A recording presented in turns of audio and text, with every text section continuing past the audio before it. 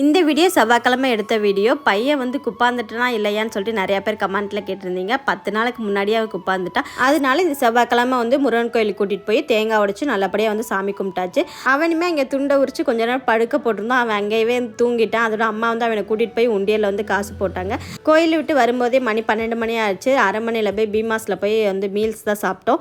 சாம்பார், பொரியல், கூட்டு பொரியல்லாம் சாப்பிட்டுட்டு அப்புறம் ராதா சில்க்ஸில் போய் நாங்கள் வந்து சாரீ தான் எடுத்தோம். நாங்கள் எப்போவுமே இந்த கடையில் தான் சாரீ எடுப்போம். குவாலிட்டி வைஸ் ரொம்பவே சூப்பராக இருக்கும்.